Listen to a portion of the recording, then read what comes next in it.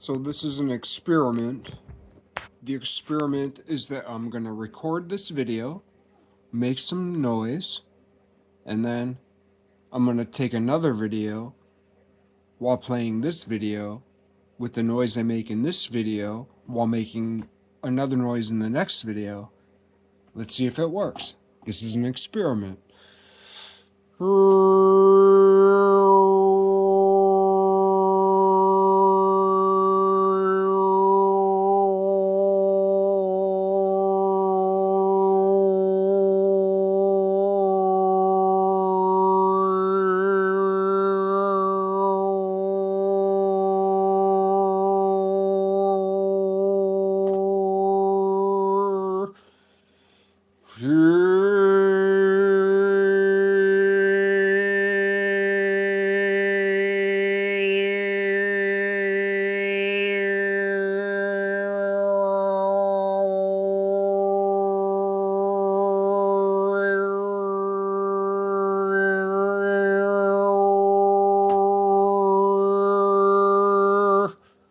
It would be awesome if I could also play at the same time a sound, like a sound graph thing, like a hertz, like graph over time, hertz spire. It's like there's these longitudes, but then there's these latitudes. It would read one way with one of the audios, but then it would also read another way with both.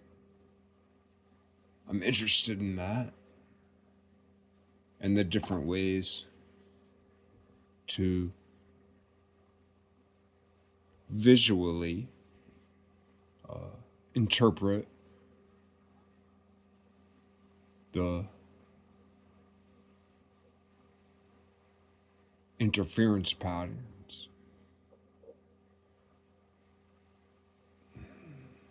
Because the interference patterns are kind of the most interesting things. They're not the most important things. The most important things are the individual expressions, but the most interesting things are the interference patterns between a multitude of individual expressions. And when you can create a polyphony of, I'm not sure if that's the right word, but if you can create polyphony of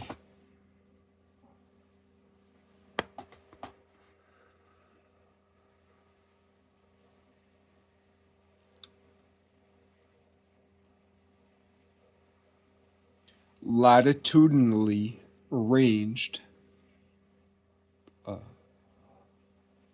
pitch harmonics, interference patterns,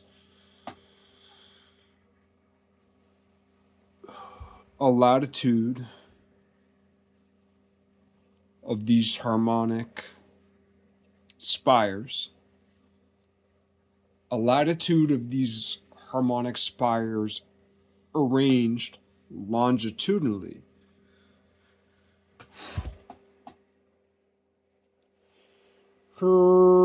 So that's the experiment. This is an experiment. It's going to take 1,000 of these types of experiments to get it right.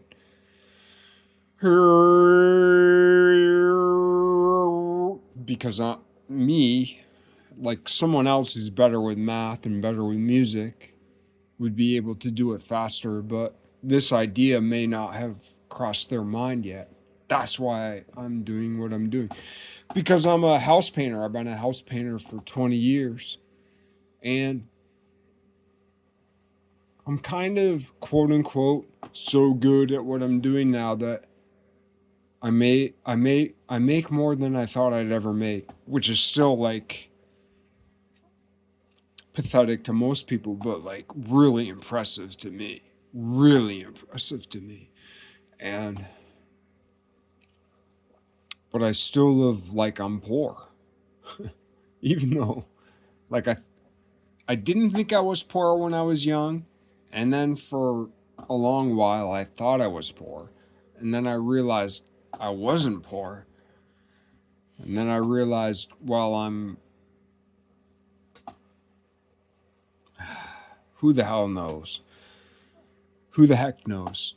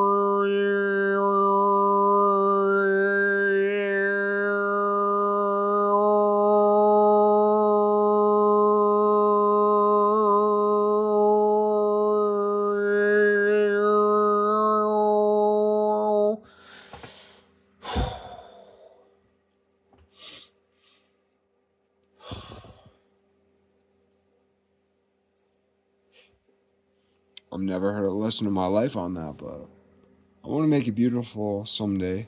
I always try too hard. Or should I say, rather, I never try hard enough, and then when I decide to try, I try too hard. But at least I tried.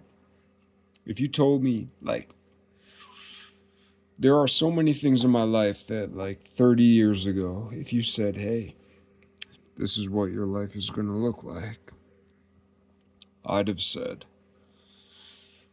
oh my God. I mean, I would have killed myself.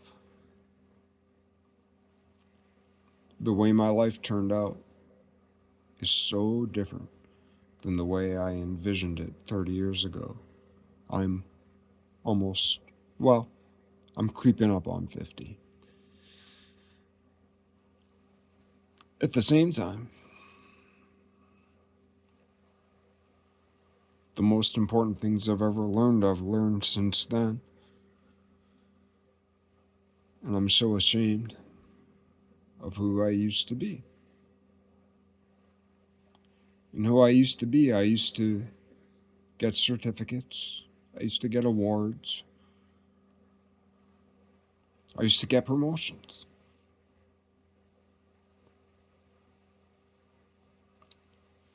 Then I realized I didn't want them because I had other goals.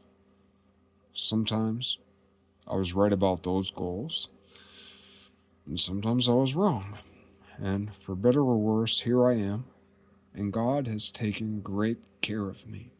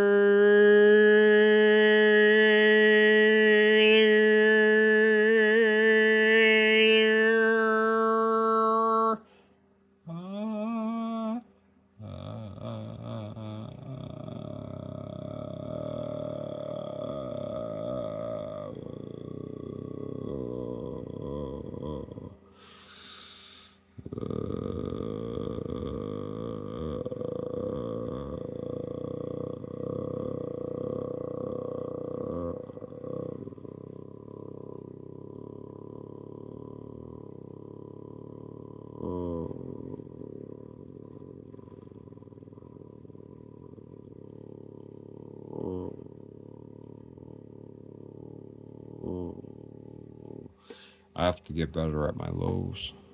I have to get better at my lows. I don't try. I talk like a little boy. I sing like a little boy.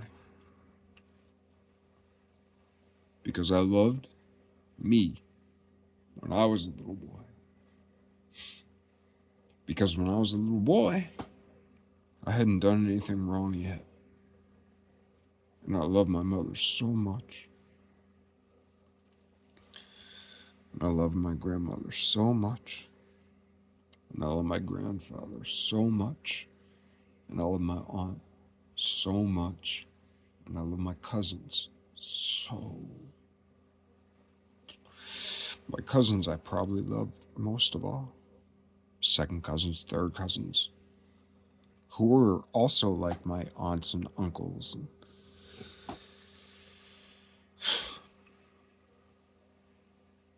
I had such a beautiful birth into the world.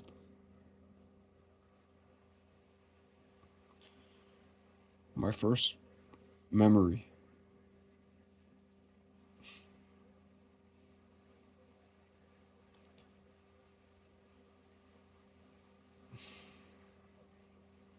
yeah, maybe I'll try to describe it someday. I was in my mother's arms. Beneath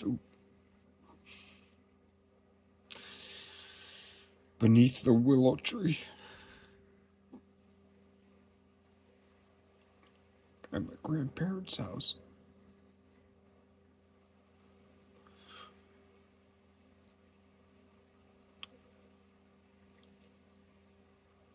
My first memory is so foggy.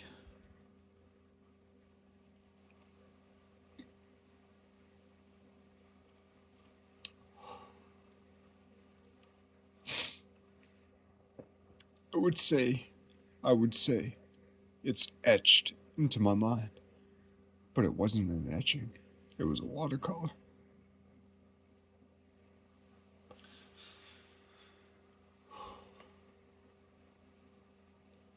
There were no sharp edges, but there were shapes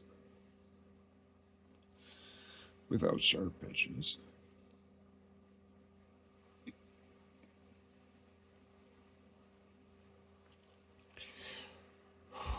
I always think about how, there's that line in the Bible, I am the Alpha and the Omega. And I always think that you are what you're born as. Like, what you're born as is what you die as. I always think of that.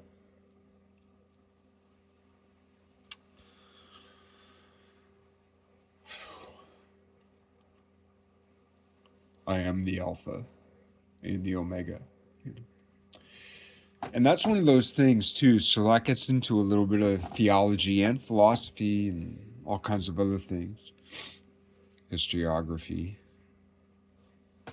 in a roundabout way. But, if the Alpha and the Omega were the same thing, God wouldn't be the Alpha and the Omega. God at the end of time is the same as God at the beginning of time, yet the God at the end of time is quote unquote greater than the God at the beginning of time because there is a change. God grows over time. Because the universe grows over time, because the body of Christ, the living church, grows over time.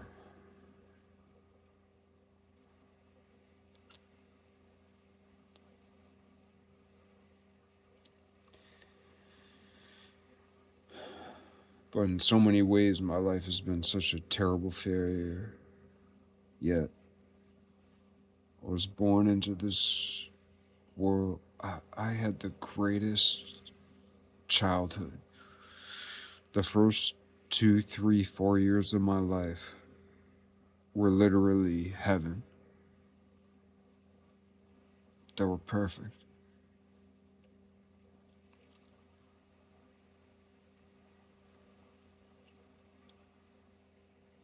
And then things got ugly. Quick. And the ugliness ebbed and flowed, but from the time I was about 5 to now, there's been a whole hell of a lot of ugly.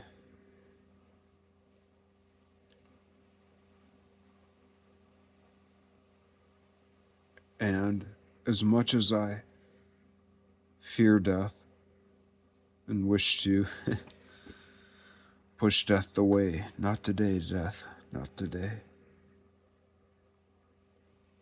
In some sense, if there is this reciprocity in life, in some sense I look forward to the end. If there is reciprocity from the Alpha to the Omega in our own lives, such as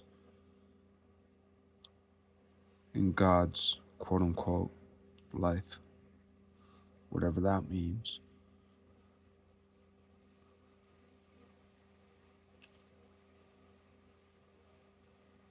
Then in some macabre, however you, macabre, like however you pronounce it, in some sense like that, I kind of look forward to the end. If it means that I'm able to experience that again.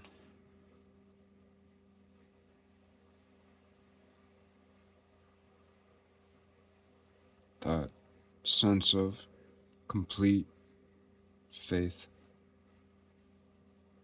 in the midst of helplessness.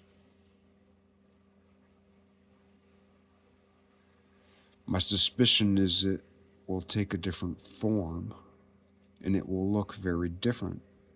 It may even look ugly on the outside. My concern is how it looks on the inside, how I see it, how I remember it. I had a first memory. Someday I will have a last memory.